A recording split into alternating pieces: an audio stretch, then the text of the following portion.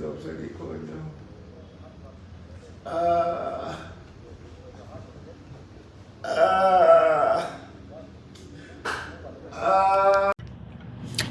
and welcome back to Obinna TV Updates. It's your host, Jackie Ogaga.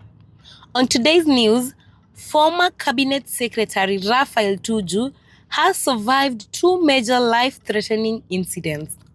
Just to take you back, in January 2003, he survived a plane crash in Busia shortly after takeoff.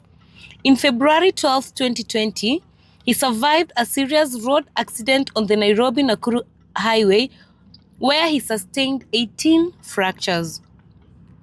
Raphael Tuju has found himself again on the limelight.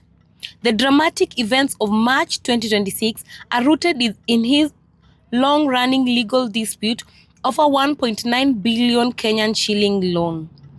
On April 10, 2015, Tuju's company, Dari Limited, borrowed from East African Development Bank in two tranches. Tuju has always insisted that the East African Development Bank breached the contract by failing to advance the second tranche. What followed was vicious legal battle spanning multiple jurisdictions. December 2018, East African Development Bank moved to a London court to enforce repayment. The dispute climbed to Kenya's Supreme Court, with Tuju suffering setbacks at virtually every stage.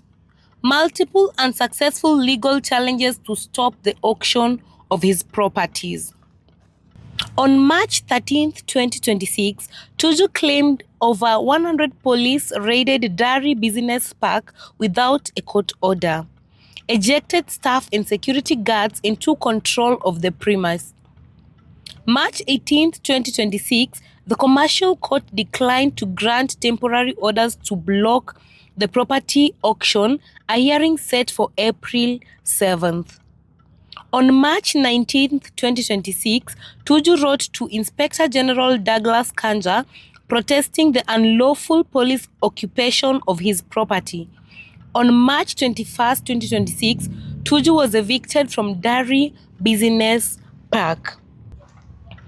On Friday, March 20th, Tuju reportedly noticed he was being followed by an unmarked Toyota Land Cruiser with no license plate. He filed a report at Karen Police Station.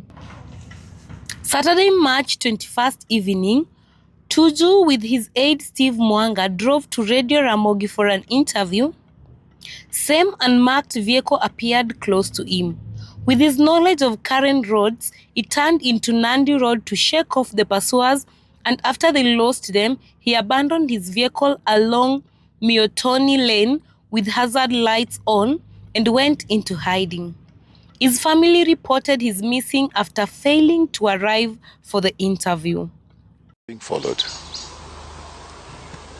because it's easy to know when you're being followed. You drive, you slow down, they slow down, you overtake, they try to overtake.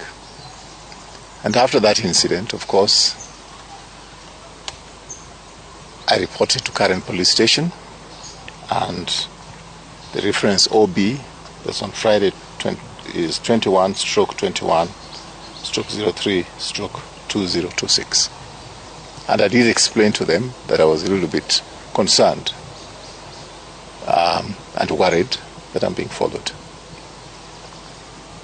Unfortunately, on Saturday evening, I was supposed to be going for an interview at Ramogi Radio. I had made a commitment to go there. Then again, the same vehicle, a Land Cruiser, and this time a little bit more concerning, the vehicle didn't have plate numbers.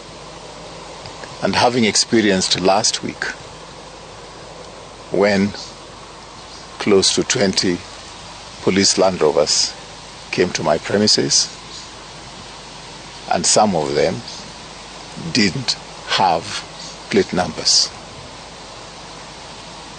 So I got very worried. I happened to have my aide next to me, but I was the one driving. I tend to drive myself very often. And by the time I reached Karen roundabout, they really closed in. And now they're definitely making sure that back to back with me. So fortunately, I know Karen well. I branched into Nandi Road. They were not able to branch into Nandi Road. If you go, you can see how that road is structured there. So it meant that they either had to turn and face the oncoming traffic to follow me, or they had to go round. That's how I lost them. Of course, I went into some roads within Karen, and I realized that since I was being followed, I'd already reported to the police. I abandoned the vehicle there. I want to thank Kenyans, but I also especially want to thank a family in Kiambu, the boundary between here and Kiambu, that were able to give me shelter. They didn't care what my tribe is. They just saw me as a human being until yesterday past midnight when I was... Sunday, March 22nd, police found Tuju's abandoned vehicle and launched investigation. DCI expresses frustration after being denied entry to Tuju's home on Mwitu Drive by family members. The homestead was fully cordoned off to preserve the scene and prevent any potential interference or flight, while investigators simultaneously pursued a search warrant from the courts in line with the legal procedures. Opposition leaders, including Kalonzo Musyoka and James Orengo, raised alarms about abduction squad. Today, on Monday, March 23rd morning, Tuju resurfaced at his current home and held press conference and said the following. That's how I lost them. Of course, I went into some roads within Karen, and I realized that since I was being followed, I'd already reported to the police. I abandoned the vehicle there. I want to thank Kenyans, but I also especially want to thank a family in Kiambu, the boundary between here and Kiambu, that were able to give me shelter. They didn't care what my tribe is. They just saw me as a human being until yesterday past midnight when I was...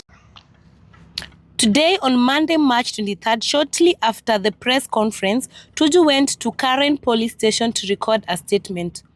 Accompanied by opposition leaders Kalonzo Musyoka and Eugene Wamalwa and former Attorney General Justin Muturi, instead of recording a statement, police officers forcefully pushed Tuju into a Subaru vehicle. His lawyers, including Paul Nyamondi and PLO Lumumba, said his arrest was not recorded in the occurrence book. We obliged and agreed to come.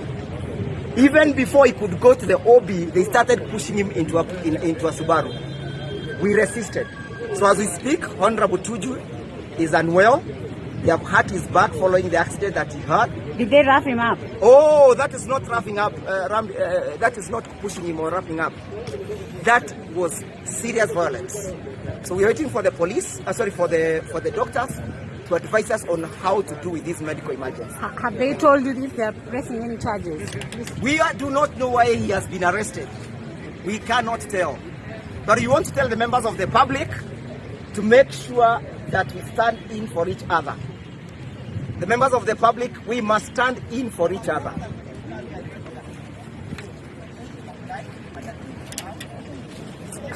Tuju remains at Karen police station as of the latest report.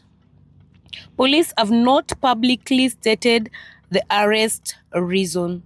Stay with us at Obinna TV Updates. Till next time, bye-bye.